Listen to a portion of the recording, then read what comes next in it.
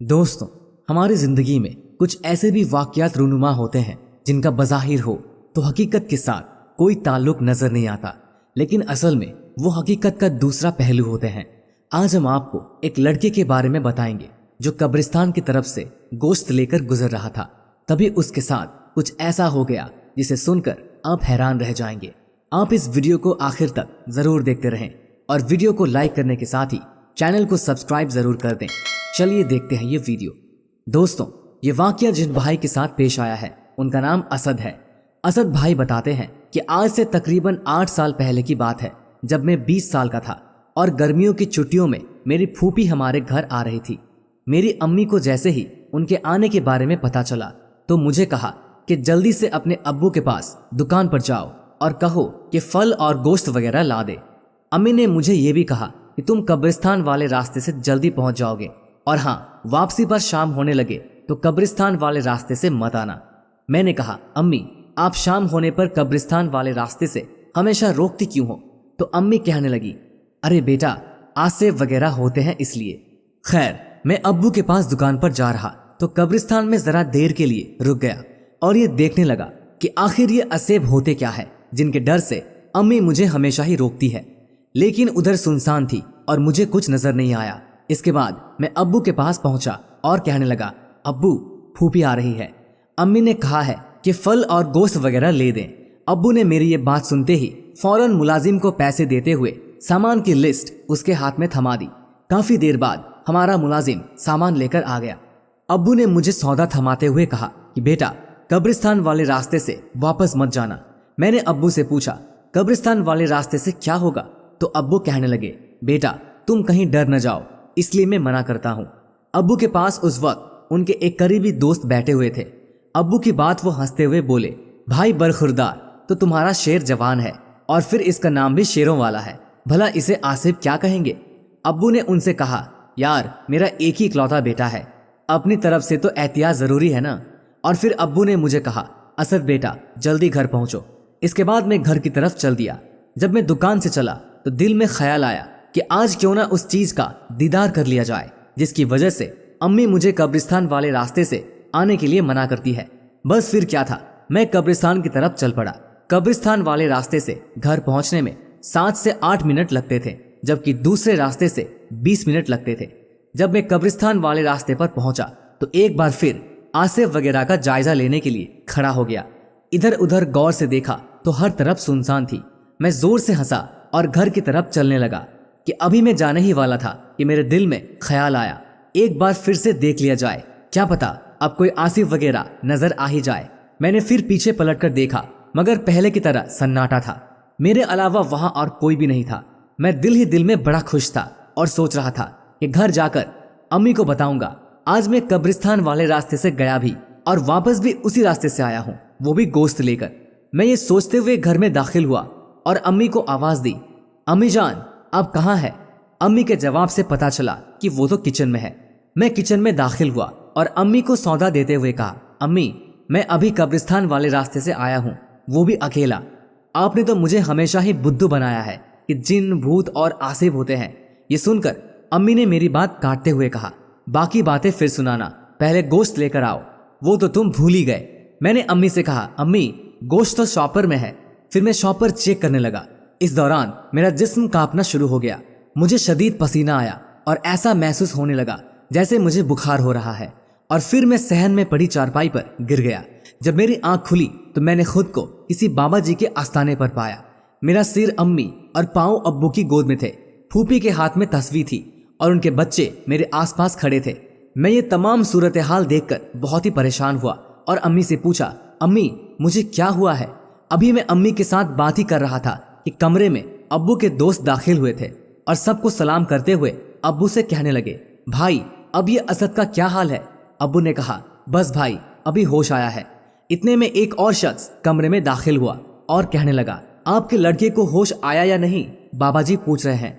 वो कह रहे हैं कि अगर होश आ गया है तो लड़के को लेकर हुजरे में आ जाएं। अब्बू और उनके दोस्त ने मुझे सहारे से खड़ा किया और जो बाबा मेरा इलाज कर रहे थे उनके सामने बैठा दिया। मैं ये सब सूरत हाल देखकर बहुत परेशान हो रहा था। तावीज वाले बाबा ने अपनी लाल जलाली आंखों के साथ मुस्कुराकर पूछा, کیا آج کے بعد بھی تم کوئی ایسی حرکت کرو گے؟ میں ان کے سوال پر اور بھی پریشان ہو گیا کہ آخر یہ مجھ سے ایسا سوال کیوں کر رہے ہیں؟ میں نے آخر ایسی کون سی غلطی کر دی ہے؟ میں تو خاموش رہا، لیکن ابو نے جواب دیا، بابا سائی اب تو سوال ہی پیدا نہیں ہوتا۔ اس کے بعد بابا سائی نے امی سے کہا کہ تعویذ کا ناغہ مت کرنا، اب آپ لوگ اپنے گھر جائیں اور آپ بھی وظیفہ شروع کرنے سے پہلے بسم اللہ کا کڑا اپنے سیدھے ہاتھ میں ضرور ڈال دینا جو میں آپ کو دے رہا ہوں۔ ابو نے بابا سائی سے بڑی حیرت سے پوچھا، بابا جی کیا کوئی وظیفہ مجھے بھی کرنا ہے؟ تو اس پر بابا سائی مسکرا کر بولے، اگر تم وظیفہ نہ ہی کرو تو اچھی بات ہے، میں تو بس احتیاطاً کہہ رہا ہوں، اب تم لوگ جا سکتے ہو۔ جب ہم لوگ گھر پہنچے تو میں نے اپنی امی سے پوچھا، امی یہ سب کیا چل رہا ہے؟ امی نے میرے سوال پر مجھ سے کہا، اسد تمہیں کچھ بھی یاد نہیں کہ اس دن کیا ہوا تھا؟ میں نے کہا، امی آپ کس دن کی بات کر رہی ہے؟ آپ اور یہ بابا جی اور بکرے کا صدقہ وغیرہ، یقین کریں مجھے کچھ بھی یاد نہیں آ رہا۔ تو امی نے کہا، اچھا جس دن تمہاری پھوپھی آئی ہے اس دن کیا ہوا تھا؟ میں نے کہا، امی پھوپھی کس دن آئی ہے؟